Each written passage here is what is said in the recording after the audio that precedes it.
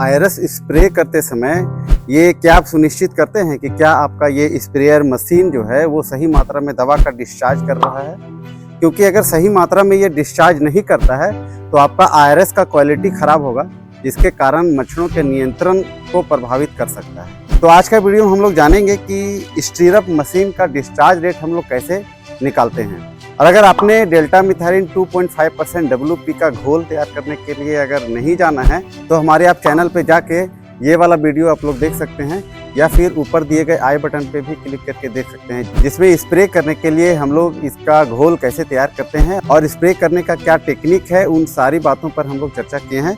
लेकिन आज स्पेशली हम लोग जानेंगे कि एक स्टीरअप मशीन का डिस्चार्ज रेट हम लोग कैसे निकालते हैं। मशीन सही से चल रहा है, सब कुछ सही है, तो 1 मिनट में 740 से 850 ml इसका डिस्चार्ज रेट होता है पर मिनट। तो इसका चलाने का तरीका भी मैंने आपको बताया था कि जब भी ये मशीन चलता है तो ये जो हमारा प्लंजर का मूवमेंट जो होता है ये 4 से 5 इंच ही होना चाहिए, इससे ज़्यादा नहीं होना चाहिए या इससे कम भी नहीं होना चाहिए। और अगर इस प्लंजर का मूवमेंट में ज़्यादा या कम अगर हम लोग करते हैं तो डिस्चार्ज रेट गड़बड़ हो जाएगा, पहला बात। दूसरा बात हम लोग देखेंगे कि ये 1 मिनट में 25 से 26 बार ही चलना है। अगर ज़्यादा चलाएंगे तो डिस्चार्ज रेट बढ़ जाएगा, और अगर उससे कम चलाते हैं तो डिस्चार्ज रेट कम हो जाएगा। तो ये दवा स्प्रे करने के लिए ये सही टेक्निक नहीं होने से आपका क्या होगा, दीवार में जो इसका दवा का जो लेयर बनता है वो अगर सही भी नहीं बनेगा तो कभी भी आप मच्छरों पे कंट्रोल नहीं कर सकते हैं। तो इसको हम लोग देखेंगे कि इसका डिस्चार्ज रेट सही है कि नहीं, और अगर सही नहीं है तो कहाँ से गड़बड़ है।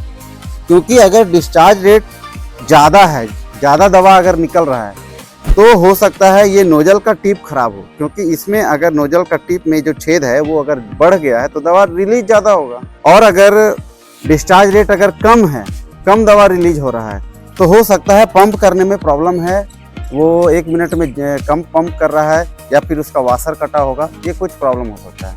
तो आज हम लोग देखेंगे कि इस पंप का डिस्चार्ज रेट सही है कि नहीं है। तो सही डिस्चार्ज रेट निकालने के लिए अब हम लोग इस पंप को चलाएंगे, और इसको 1 मिनट में लगभग 25 से 26 बार हम लोग को चलाना है। और मेज़रमेंट के लिए एक मग हम लोग लिए हुए हैं। मशीन का जो डिस्चार्ज होगा इस मग में हम लोग कलेक्ट करेंगे, और एक 750 ml का हम बोतल लाए हुए हैं, और इसमें हम लोग मेज़रमेंट करेंगे कि क्या हमारा रेट सही है या नहीं। तो चलिए हम लोग स्टार्ट करते हैं।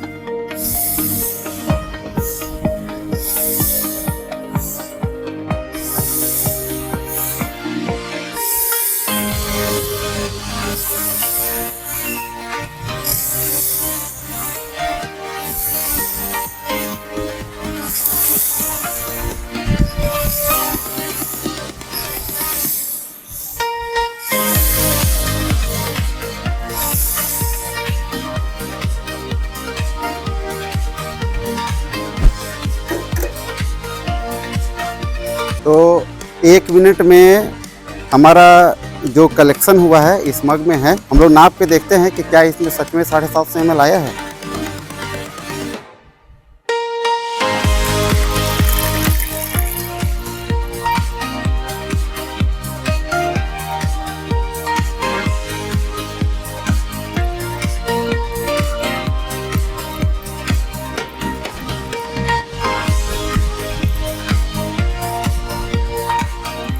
और देखिए बहुत परफेक्ट मेजरमेंट है। ये 750 ml का बोतल है और 750 ml ही हमारा आया है। और जैसा कि मैंने आपको बताया था कि अगर सही डिस्चार्ज रेट अगर होगा तो 740 ml से 850 ml तक इसका डिस्चार्ज होगा, और 750 ml हमारा डिस्चार्ज हुआ है। यानी इस मशीन का जो डिस्चार्ज रेट है वो सही है।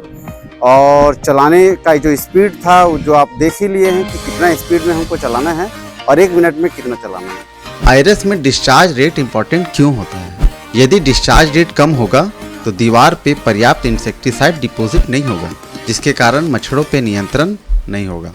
यदि डिस्चार्ज रेट ज़्यादा हो जाता है तो दवा की बर्बादी होगी, टारगेट डोज से अधिक केमिकल जमा हो सकता है और आयरस का आपका लागत बढ़ सकता है। इसीलिए प्रत्येक आयरस अभियान शुरू होने से पहले डिस्चार्ज रेट अवश्य जांच लें।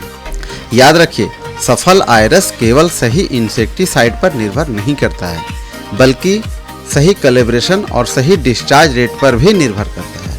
और यदि आपको यह प्रशिक्षण उपयोगी लगा हो तो वीडियो को लाइक करें, शेयर करें और हमारे चैनल ब्यूटी एंड हेल्थ को सब्सक्राइब करना ना भूलें। और आपके एरिया में मच्छर से होने वाला कौन सी बीमारी का सबसे ज़्यादा प्रकोप है, कमेंट सेक्शन में ज़रूर बताइएगा। तो मिलते हैं फिर से नए वीडियो में। धन्यवाद। जोहार।